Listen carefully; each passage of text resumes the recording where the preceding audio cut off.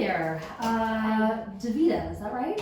Yeah. Am I pronouncing that correctly? Mm-hmm. Awesome. Yeah. Okay, cool. I'm Fraser, by the way. Nice to meet you. Nice to meet you too. Welcome. Thanks. So today I would just like to get to know you a little bit. I know that you are in a big stage of transition at this moment. So I just like to figure out where you want to go, what kind of things you typically care about, want to be able to do better, need to be able to do better, etc. It's just kind of like an opening conversation. Yeah? All right. Sounds good. So my first question with these always is, how are you doing? I'm doing good. Yeah, it's been a good week. We only have like a couple more months until the semester ends, so it's just kind of been counting down the time with the people in my fraternity. It's been really fun. They're like my closest friends, so it's gonna be kind of sad to say bye, but we're kind of wrapping it up with some good things. I can understand. Yeah, you've made some bonding experiences here. Yeah. All right, so you mentioned being in school. So you're in your senior year, last few months. What are you studying? I've been studying political science here, and I'm hoping that I can use that to actually go into mass media communications. I want to get my master's. Still thinking about maybe mass media communications or journalism, maybe something more related to broadcasting, I don't know, but something like that. Very nice, very nice. Okay, so as a student, what are some of the things that you're responsible for?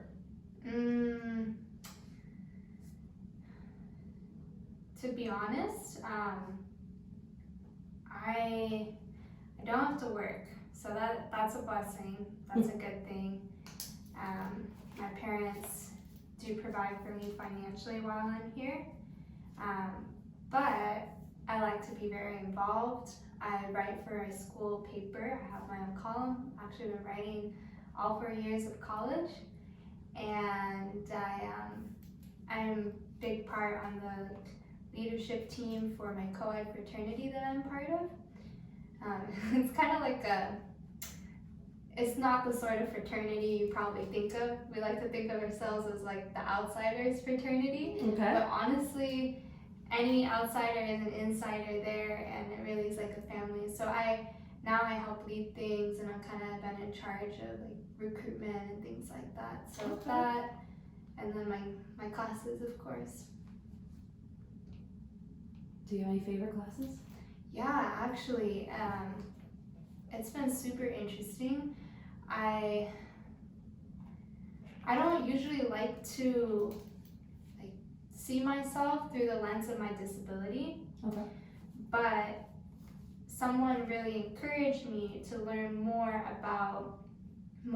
through like the activism and mass media lens of what went into the disability rights movement. So I decided this semester, my last semester, I was going to take a class about the disability rights movement, like with Judy Heumann and all of that, and it's been really good. It's honestly been just really inspiring. Very nice. Yeah, Judy Heumann did a lot. Mm-hmm. The 11 days in San Francisco. But that changed a lot of things, a lot of access for people who are on the disability spectrum. Definitely. Very nice.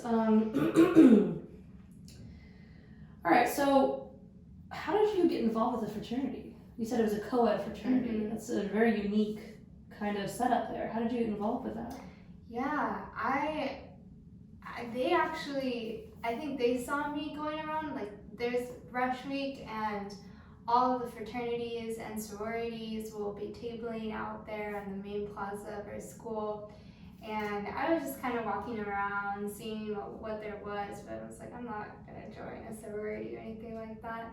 But then they came up to me with a flyer and were like, hey, like you should rush, you should come, and I was like, why not? It was something totally different, and best decision I made for sure. Very nice. Would you say that had to do with, I guess, you saying, why not? Because I know you are going to school on the East Coast over here, but you're originally from the West Coast, is that right? I'm from California. Oh, okay, yeah. So would you say that that mindset had anything to do with that transition over to there? You're already doing something new kind of thing? Definitely. I mean, I was really excited to move. I was just like, yep, this is what we do. This is what's gonna happen. And in my family, it's a given. It was a given always, like, you're gonna go to college, and even now, right? So when you graduate college, you're either gonna get a job in what you studied or go on to grad school. So I'm planning to do grad school. So college was a given, but I knew that I wanted to have an adventure, but also my older brother lives out here. Okay. So he lives here in the Boston area, and so I knew like that would be really special to get to live close by to him. Nice. Yeah, I guess ever since we moved out, this is like the longest that we've been living super close to each other. So it was all a new adventure. I wanted to try something new, and the fraternity was part of it. Like, yeah, let's bring it all on. Okay, very nice, very nice. It's good to have that kind of attitude. Let me see. And just so you know, I have like a list of some questions here, but it's not very strict. I'm kind of seeing where the conversation goes, you know? Yeah. And if you would like, you are absolutely welcome to take a look at any of my notes. I'm just literally taking what you said, in terms of questions and putting it there. So there's no other, like, I have nothing to add to what you're saying to me. I'm just literally putting it down. Thanks, I appreciate you saying that. Yeah, of course. All right, so let me see. Okay, so you mentioned having, your family life and kind of thing. You've already talked about your school, so I'm wondering more a little bit about your family life. Can you tell me about something that might have happened recently that would sort of give me a little insight as to the kind of daughter or sister you are? Yeah, I feel like maybe not so much like a specific thing that's happened, but there's definitely been this change, especially since I started college. So when I'm close to both my mom and my dad, and when I was growing up, it was like my dad was always trying to do things for me.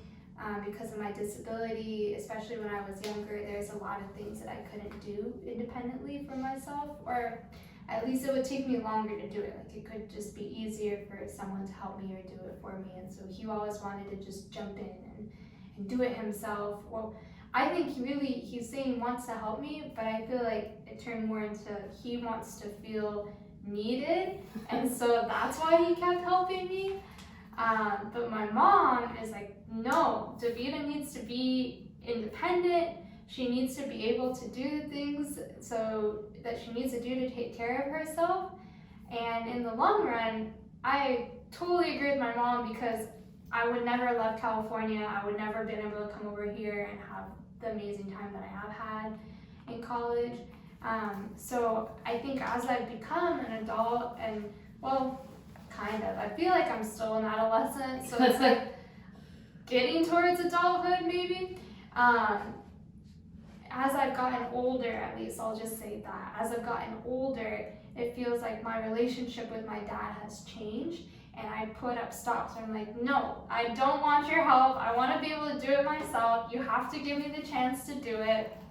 And we kind of butted heads whenever I would come home from college for summer breaks or winter breaks.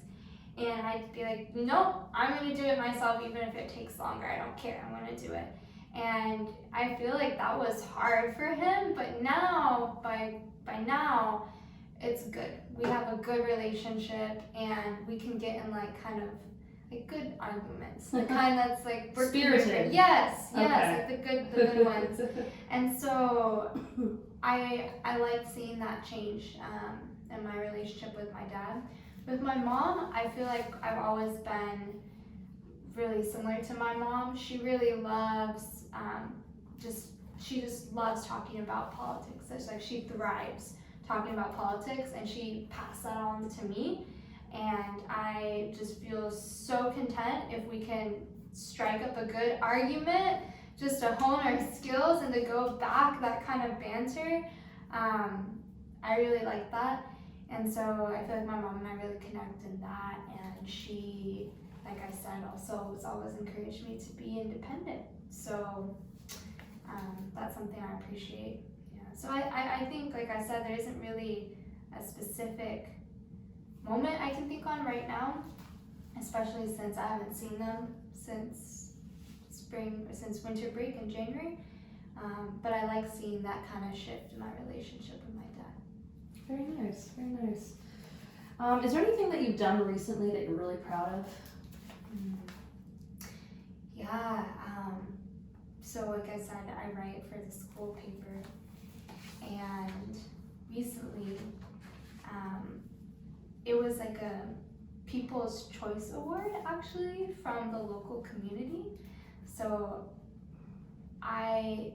it wasn't just people that knew me, basically. It was like all of our readers on the internet, or people here around the city that could vote and say, like, from the university campuses here in the Boston area, like, what was their favorite student written column, and I actually won that, which was really exciting to get to have that happen before I graduated. I didn't expect it, but it's really good, because I feel like, I can't hide my disability. I am literally 4'2", and most people think I'm a child until I finally started looking a little bit older.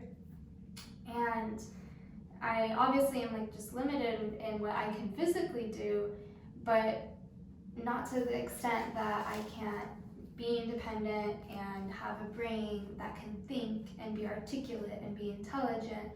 And I feel like I'm always concerned about what people think of me. Are they seeing me just through the lens of me as a disabled person?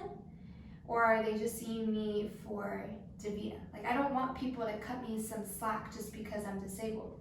And that's sort of how people view really obviously disabled people, and that's been my experience. That's sort of how they view you. It's like the participation trophy. Good job, you existed. And it's just sort of the bare bones. It's like, wow, she's doing it, right? And I'm like, no, congratulate me when I actually deserve it. So the fact that this award came from people that didn't even know me, that they've read my column and they thought that it was amazing because of the writing that it was, not because it was, wow, written by a disabled person like that. No, like, they actually appreciated how well written it was. That was incredible. That is the kind of recognition I say, okay, I know that is that's significant, because it's totally separate from my disability. Yeah, so that's been a big thing. Very nice. Would you say that writing is a very important activity to you? Definitely. Anything where I'm able to think critically and then communicate that with others, I really enjoy that. I really enjoyed honing that skill. Very nice. So you work at the student newspaper now. Have you worked any other jobs or volunteer worked before this?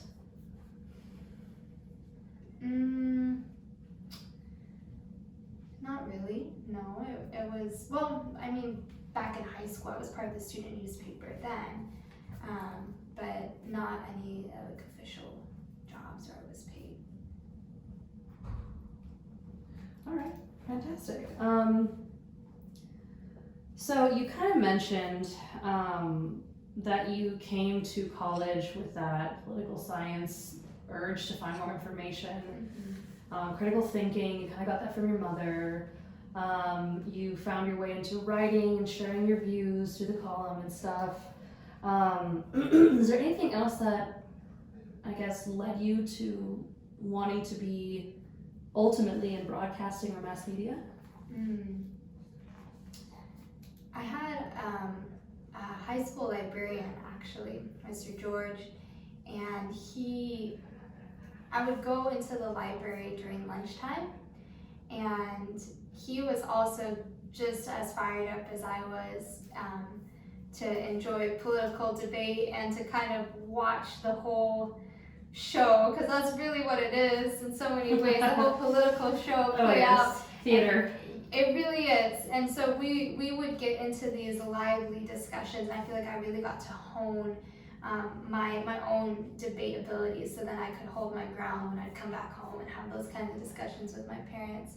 So I feel like learning from him, that experience really helped shape a lot of my desires to, well, ability to think critically and not just have it in my mind, but really start maturing it into more of a grounded kind of intellectual perspective.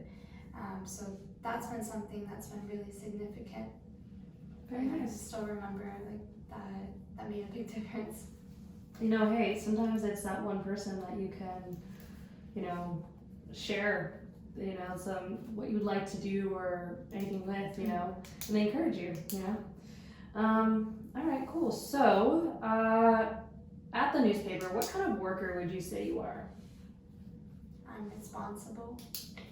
I do what I say I'm gonna do. Yeah, but I'm friendly with people. I like cracking jokes and making people feel comfortable. Yeah. Very nice. Is work difficult for you? No, not really. Mm-mm. Okay. I haven't had any difficulties with it. Very nice. Not a lot of people can say that. How has your disability affected your work? Physically, hasn't. I don't like to see myself as a disabled person. I feel like if anything, the only way that it affects me is really in my own mind, thinking about how do people perceive me. I feel like I'm always caught up on how people see me and what they think of me. Just what I was sharing earlier, like, do they see me for my actual accomplishments, or do they just see me through the lens of my disability? And even with that, like thinking about going into maybe broadcasting or journalism, like if you want someone to report about, I don't know, women's rights, you get a woman, right? Or if you want someone to report about racial injustice against someone of a particular race, you get someone of that race. And so when people want to talk about disability issues and rights for disabled, like they're gonna want to have a disabled person. And it's true that a lot of people that are disabled because of their condition may not have even the physical capabilities to articulate themselves and communicate in the way that I can communicate. Not everyone has had even the privilege that I've had to be able to go to university, a school like where I go to. And I do come from a privileged background. My dad is a doctor, so financially my family's always been really comfortable. And so that's how they've been able to provide for my medical expenses, everything that I needed, being able to move across the country, me to move across the country, these things, right? So I realized that in some ways I can be a really unique and strong voice for people with disabilities, especially when not everyone can speak up for themselves. But I don't want to be known for that. Like, this just comes back to, again, like, you just know me as the disabled person and see me as a disabled person, and it's hard to kind of think about what that's going to look like going into media or things like that. Like, I don't want to be pigeonholed just into disability rights. It's important, but I don't really see myself through that lens. So I'm always thinking, do other people see me through that lens? Because I don't. Yeah, I feel like that's the thing that's been like the heaviest on my mind as I think about taking this step towards a career once I graduate soon. Yeah, it seems like it means a lot to you to have your work speak for you rather than what people see initially. Yeah. You know, and I think that is very valid because you've done a lot of work on yourself, you know, and the limitations that other people might see might simply be an assumption, Mm-hmm. you know. Yeah. But how fun would that be to prove them wrong? Just saying. All right, so you had mentioned that you have a leadership role in the co-ed fraternity that you're a part of. Mm-hmm. Is there anything else that is special to you that you do a lot that you would consider possibly a hobby? Yeah, it's a little nerdy, but with friends from the co-op, we like to sometimes make stuff out of Legos, but like we get the really like big time-consuming ones. I like to think of it, okay, some people like to spend forever doing puzzles, and we like to put together these big, extravagant Lego creations. Large scale? Yes, Okay. large scale. The ones where you spent way more money than you should, like that. Is there a certain genre that you enjoy to? Honestly, well, right now I feel like there's some of my friends are really into different Star Wars ones, Okay. so they Are want to you? get that. I think it's fun. Okay. I just love doing it with them, so I'm sure why not. Okay, so it's a social activity. Yeah, definitely. Okay. And we also prepare meals and cook together. That's probably one of my most favorite things that we do. And it's funny how when you're with people that feel like family, something as simple as making a meal together, it just feels so heartwarming and fun, and we just laugh all the time. So it's really fun. I'm happy to hear that. So you mentioned living at the fraternity. Mm-hmm. What kind of responsibilities do you have to keep up your either room or the household? Do you have chores kind of thing? Yeah, we all split up the chores, and we have a rotating chart where we take turns doing things, and everyone's been obviously very kind and accommodating, but there's things that I can't physically do. We have an older house, and so some of them there's kind of hard to reach corners that are up high, and you have to reach up and use a duster or put a Swiffer up to do it. And I'm 4'2", so I can't do that. But no one's ever made a big deal about it, and I also appreciate that they don't baby me either. Like my dad used to do, like, oh no, I'm gonna do this for you or take care of it. It's always been understood that, yeah, I'm here because I can live independently, and if I need help, I will ask for help. But usually, well, by now it's kind of figured out. Like for example, when I first moved in, there was only one really big kitchen island that people use to prepare meals, and it's meant to be one of those islands that you stand at and do it, but I can't comfortably reach and see what I'm cutting. So what we did instead was we actually found another little community table that's lower and it's easier for me to sit in a chair and then be able to sit at that and use that. So we have the big island that's there in the kitchen, but then on the side we have that table as well. So that was one thing, that's just an example of some accommodations that were needed, but even that has become like another little spot for people to hang out, kind of like the kitchen nook. Yeah. Very nice, very nice. So, how would you describe your spirituality? I would say I believe in God. I believe there is a God, but I don't really think about it too much. And I'm okay with that. Okay. All right. So can you tell me a typical day for you? Day in the life. I wake up and I think, all right, what do I have to do today? That's what gets me out of bed in the morning is, all right, what's on the calendar? What's on the schedule? So it takes me a little time. I use a ventilator when I sleep, and so I have to be careful when I'm unhooking that from my tracheostomy. And well, yeah, ventilator, but that's actually helped a lot. That's been like really great. I started using that in the beginning of college. It was like a whole ordeal, but we can talk about that later. But I didn't even realize it was an ordeal. But now it actually helps a lot. So I have to take care of that first things first. And usually I'll get out of bed and I'll dress myself. I kind of have everything set up so it's within reach. So I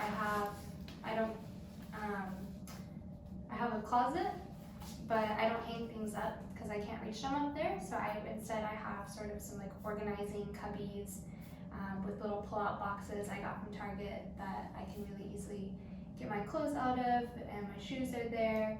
So just get myself dressed in the morning, and then I'll usually go downstairs and it's kind of like every person for themselves for breakfast things, and we have some sort of stuff. So I will have some breakfast and then go back, brush my teeth, and if there's any chores I have to do in the morning, I'll do that.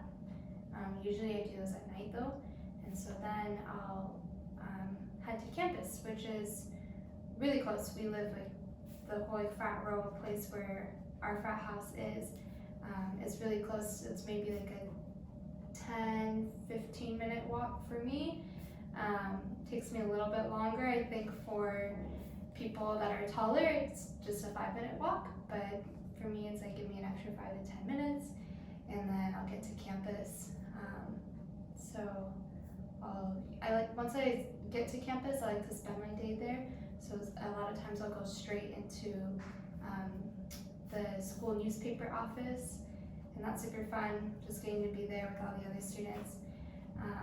Usually someone's always working on something interesting, so you can kind of float around and see what they're doing, do homework, any classes, and then sometimes I'll take my lunch, sometimes I'll come back to the house. But without fail, like almost every single night, there's something that's like a community-based event that's going on, whether it's an actual event that we're hosting at our frat, or if it's just people having dinner together, or people making stuff with Legos together, or whatever they do. So I feel like my evenings, yes, there's homework, but it's always with other people there too. Yeah, that's kind of a typical day, honestly. Okay. Is your weekend any different? Well, I won't go into, I won't go to the student newspaper office because it's closed on the weekends unless you have a deadline. But I'll usually still go on campus, and I like to study in the libraries, sometimes if I really need to focus, so I'll go there. But otherwise, we like to take adventures. Some people have cars, and so we might like drive somewhere, and sometimes we'll plan a like special day trip or something like that. Yeah, so that can be fun times. But even if it's not a day trip, I like to make time to see my brother. He is 14 years older than me, and he and his girlfriend live not too far away, and so sometimes they'll like come pick me up and we'll like go out to eat or just hang out with them. But yeah, I really love getting to spend time with him. I feel like he's a huge part of what has caused me to be just more independent and wanting to try new things and go for it here in college. Very nice. Okay. So, are you satisfied with this routine? Yeah, I would say so. I feel like things are good, but I think my main, well, I guess it's kind of a couple of concerns.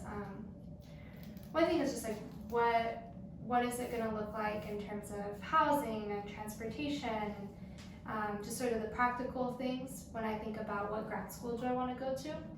Because a huge part of who I am and my identity here at this college was, it's not just, it's Davida, it's a disabled person, not even Davida, right? It's like a disabled person, a person with a disability.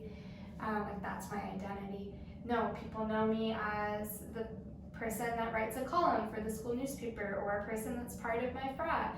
That's my identity. Like, they know me beyond just my disability, which I love, because then they really get to know me and who I am, just like you would with anyone else.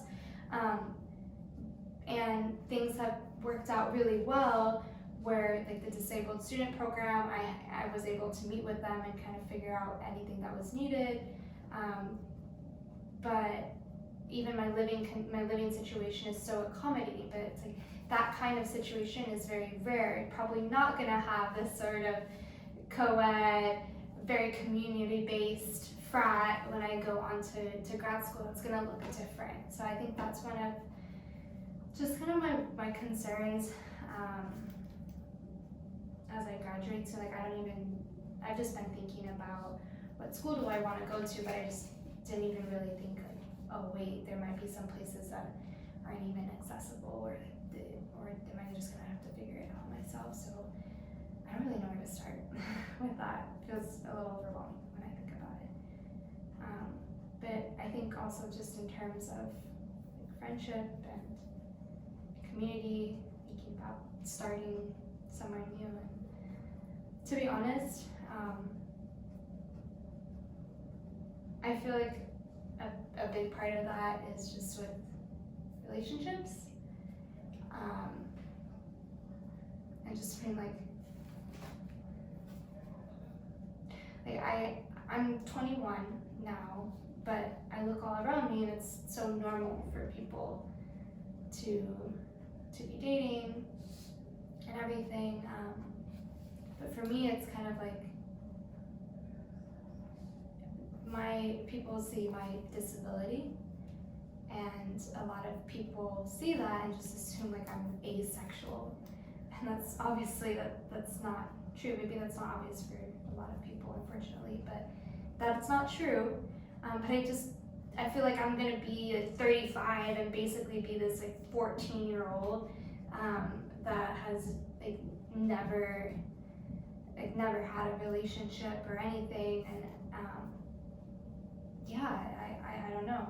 I feel like there's this other layer too, where I don't even want to put myself out there. I can't just go on a dating app because it'll make me concerned. Do you really want to go on a date with me because you want to know me, or is this just some like weird fetish that you have? That's honestly a fear. But at the same time, it's like if I don't put myself out there and I don't have any experience, like I'm just gonna be this like awkward adolescent that's like literally not even had a date, and I'm a full-grown adult. What? I don't really know how to navigate that. Like I have plenty of guy friends, and I am attracted to men, but there's been two where I feel like we got really close, and I feel like, oh, like maybe they're interested in me, and they kind of opened up, and I was able to help them and really comfort and sort of support them through some stuff they were going through, but nothing came out of it in the end, and I was just like, oh, like they just see me as a friend. Maybe they even see me as like, oh, well, there's no way that she would like me, so I can be even more open, right? When it's like, no, like actually I think you're really attractive, and I really like spending time with you, and I would love to be in a relationship, but I feel like I don't even know how to go about that. I think that's like one of the biggest hurdles that I feel like I still haven't gotten over in regards to my disability and how it impacts my sexuality and how other people view me and my sexuality because of that. I've come a really long ways just in general with viewing my disability, but that is still huge. And thinking about starting all over in a whole new community and everything, that's hard.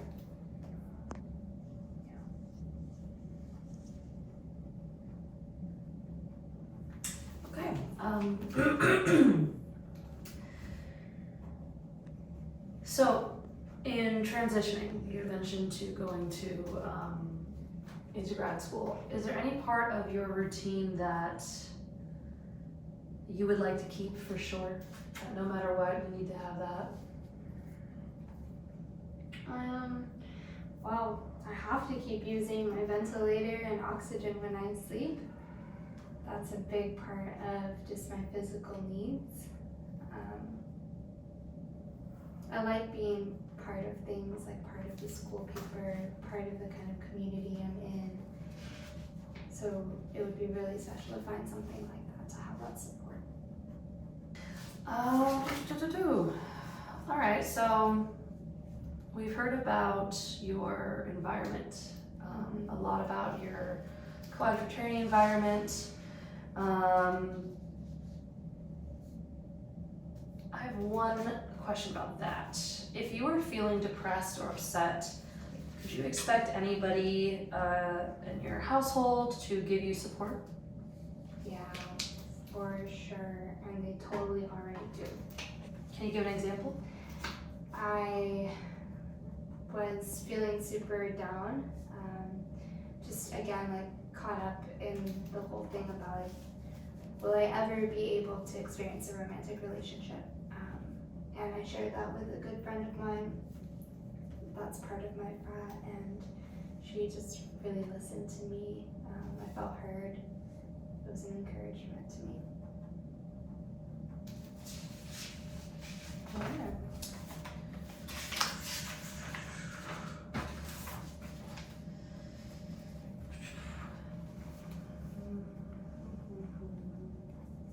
Oh, you've actually given me a lot of good information here, so I'm looking for something that we haven't already covered. You're very expressive.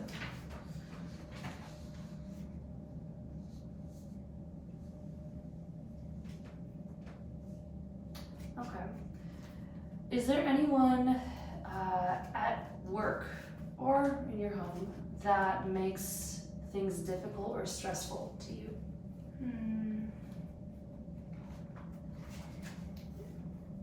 It's the new people.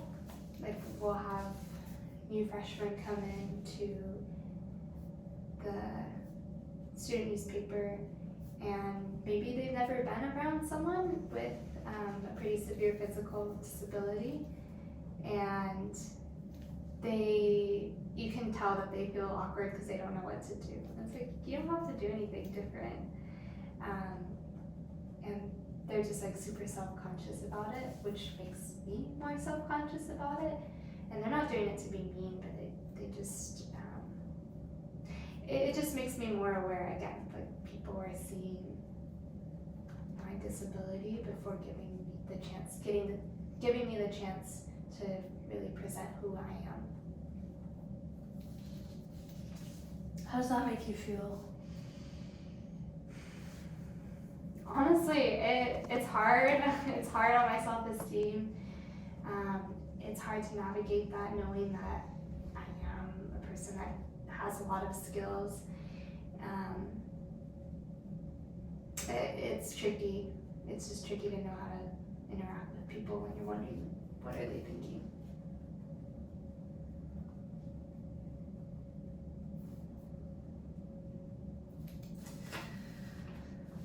Could you expect your boss or coworkers to give you advice or support? Yeah, and they, especially the coworkers that have known me already for a while, and my boss who's in charge of the newspaper, they see me for my work and Davida. That's who I am. So they're the ones that are giving me the practical advice, like how can I improve my writing? How can I be more expressive or articulate, do whatever I need to do to be a better writer, hone my craft. That's the kind of thing that I appreciate, because that's the sort of advice that you would give to anyone that's trying to improve their skills. Okay. What are some of the main things that you like to do to relax? Oh, to relax. Oh, I also, I haven't mentioned this yet, but like I also do really love to read. I actually like to read some historical things. like to read books written by kind of like politicians over the last 100 years or so, or just to hear different perspectives and hear where they were coming from. So that's something I really enjoy, and current things as well that are really like, giving some kind of commentary on the things that are happening in our society at the moment. Okay. So, where do you go from that? I will sometimes pick up books from the library on campus and then just go sit in the library and do that. But otherwise, it could be just hanging out, and we have a little like garden, courtyard area in our fraternity, and so I'll just hang out there or in my room. What makes either of these places ideal for reading? They're quiet. When I am reading there, it's a quiet time of the day.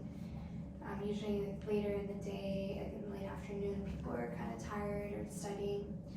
So I like that. It's just very peaceful. Very nice. Okay. Who are the people that you relax, or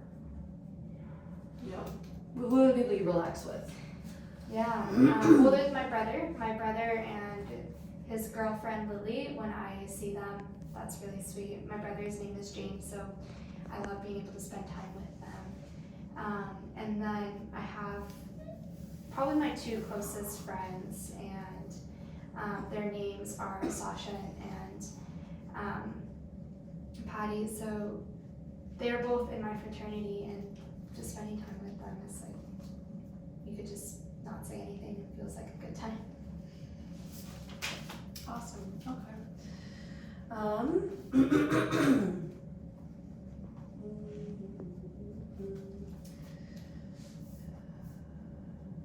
Do you believe that you get to do the things that you think are really important?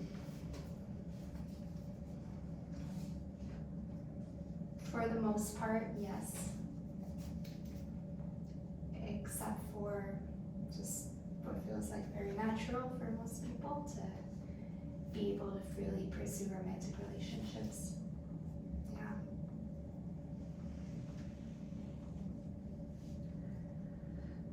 Do you have a picture in mind of what a romantic relationship should look like?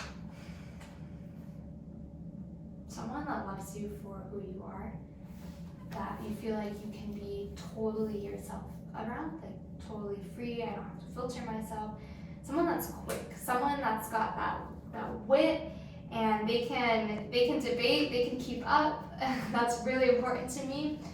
And just someone that also has that kind of passion and drive like I do. But really, more than anything, I don't want them to see me for my disability. Like, that's not even going to be a question. I know that they love me and are committed to me for who I really am. So it sounds like you've thought about it a lot. Yeah. In what ways do you think that is out of reach for you? I mean,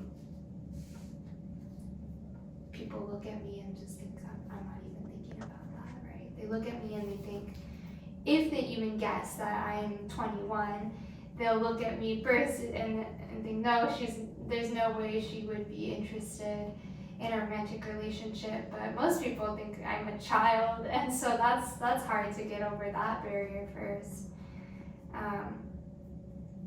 So it's really been a challenge. Have you ever sought a community of similar backgrounds or similar experiences specific to your similar background and experiences? No. Okay. Honestly, I guess I've never really thought of myself first with my disability. And I don't want other people to think that about me. So I've never sought out being with a group of other disabled people. Would you consider Maybe. exploring that? Okay. Maybe. Okay. Is there anything that routinely interferes with the things that you like to do or want to do? If I have to walk somewhere and there's no other transportation, and it's far, like there's some things I just cannot do unless someone's gonna drive me, because I'm gonna get tired, and by the time that I get there, I'm just exhausted. So I have to either go somewhere if it's walking that's close by, or make sure that there's a bus that can take me, or that someone can drive me there and back, because I don't have a car right now. But thankfully everything's pretty close by since this is such a college area. But it is a concern for me, like what's that gonna look like if I go to grad school somewhere else where it's not as walking accessible, if I have to drive, and just kind of the additional responsibilities that come with that. Okay. When you run into any obstacles like that, how do you handle it? Usually I try to just face it, well, I was gonna say I try to face it head on, but to be honest,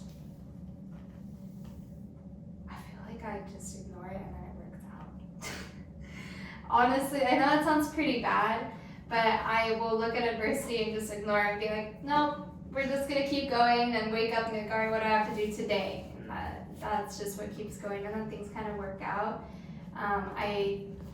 When I started college, I did have to connect with the Disabled Student Program, the DSP, so that was helpful, but then they're the ones that always send me emails and reach out and be like, hey, you need to do this, you need to do this, you need to do this. So if I didn't have that, I don't really know how I would go about figuring out exactly what I need, just because I kind of ignore the problems that I have until it's in my face, and then maybe we'll do something about it. But usually I just survive by ignoring.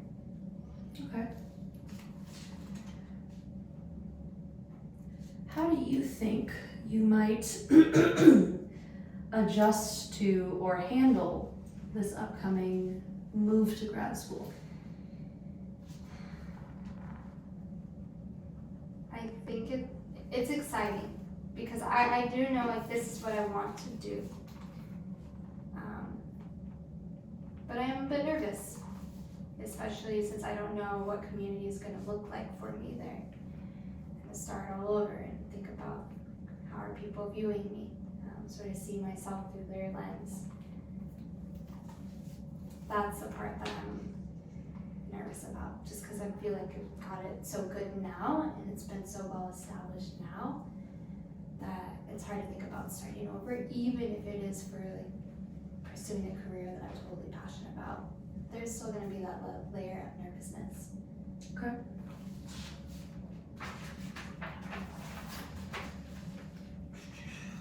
Okay. This next section will be more about your previous experiences. As open and honest as you'd like to be is totally okay. If you, I'm so sorry. Excuse me. If you feel uncomfortable, or if you don't feel like answering the question, totally okay, just let me know. Yeah, okay, good. So what are some of the experiences or events in your life that most shaped or changed your life? Okay. There's always one that I come back to, because I didn't even realize it was changing my life until later. I was like, oh, I almost died. I didn't realize that. So what happened was I'm from California and I can't fly because of my condition. It's just way too risky for me to go up in an airplane, so we have to drive. And so that means that we had to drive from California to Boston, but the way that we had to go, you still have to go over the Rockies. Like you have to go through Colorado and that, and it gets high. Like you still are going up in elevation. And what ended up happening, this was 4 years ago, when my parents drove me, they were moving me out here. What ended up happening is as we were going in those parts where it's high elevation, my body couldn't handle it. So basically my condition, as you can tell, I'm really small. And what it is that I have really severe scoliosis as part of my condition. And that scoliosis just gets progressively worse, or at least during my childhood, it got progressively worse over time. When I was 10, I had a spinal fusion surgery done to stop it from becoming fatal. And what we didn't realize is that it didn't quite stop it from becoming almost fatal, and that's what happened. Is as we were going to high elevation, it was harder for me to breathe, and because of my scoliosis, it's like putting all this pressure up into my lungs. So I already have limited breathing, and then going through the altitude parts was making it even worse, and basically like I wasn't able to breathe. And it was getting to the point where, because my body wasn't exhaling enough carbon dioxide, I physically could not sleep. So I would try to sleep, and then my body would immediately wake me up again, because it's like, you're poisoning yourself, you have to keep breathing as you're awake, and I couldn't sleep. And so it was, at the time, like for my parents, like they were like terrified, like what's happening, what's going on.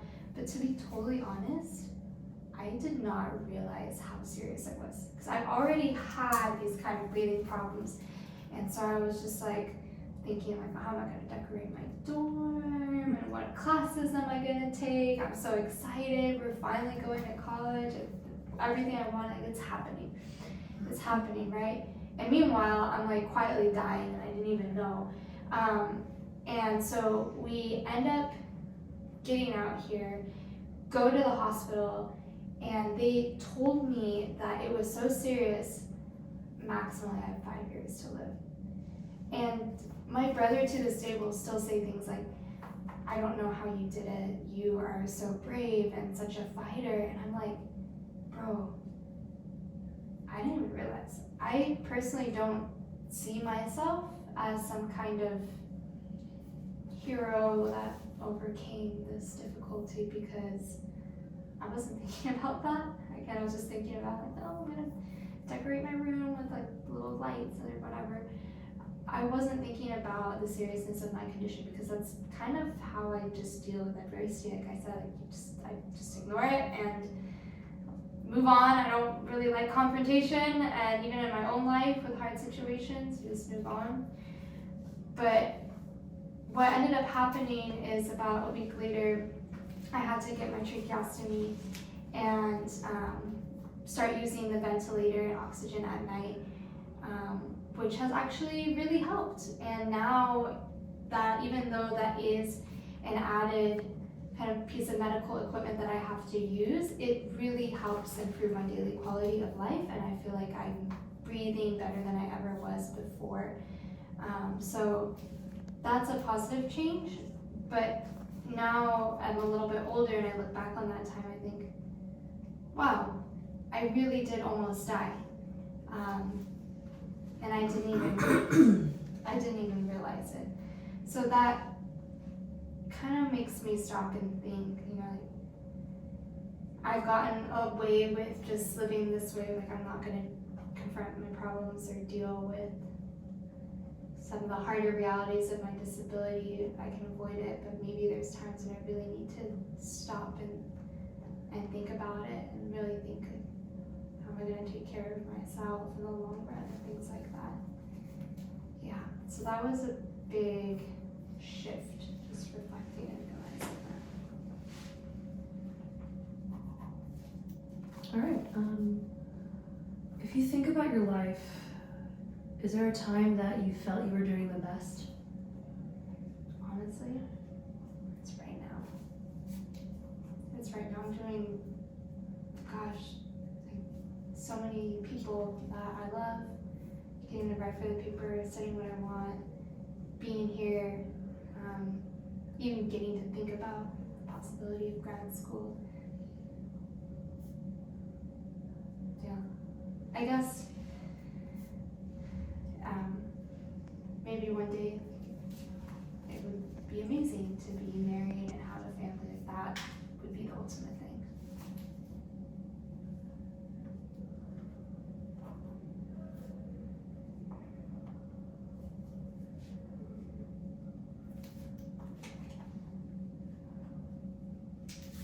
So, you've already told me about the award that you got for your poem. Is there anything else that happened either at school or at your job where you felt especially successful? Not really too much that I can think of. Yeah. It's good stuff, don't get me wrong, but that one just really stands out.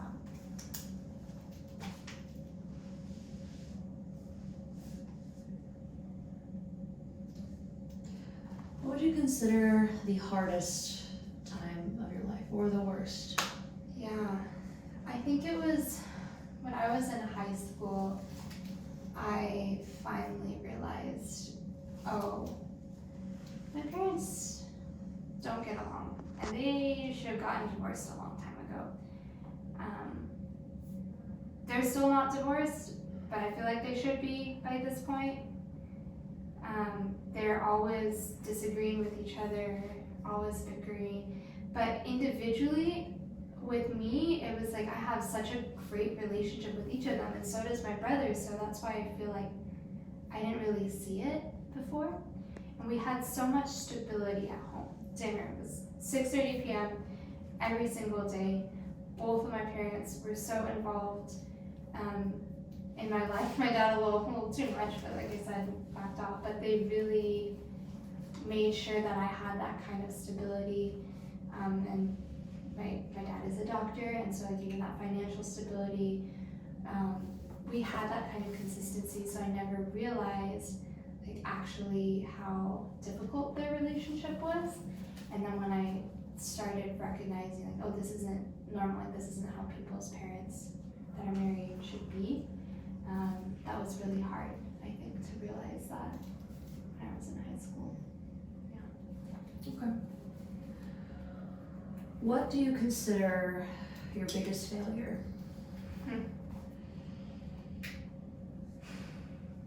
The fact that I still am so caught up in what people think of me. Yeah. I wish that didn't have such a grip on my mind, but I am always thinking of how they perceive me.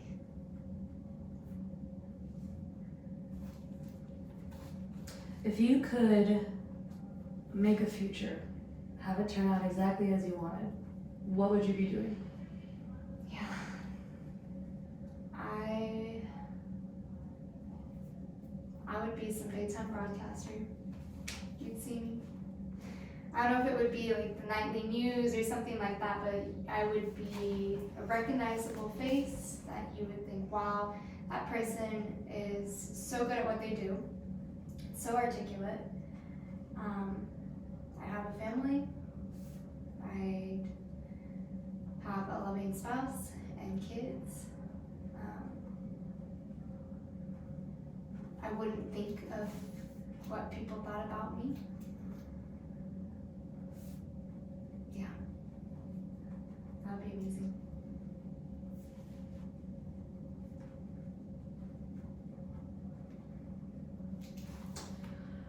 All right.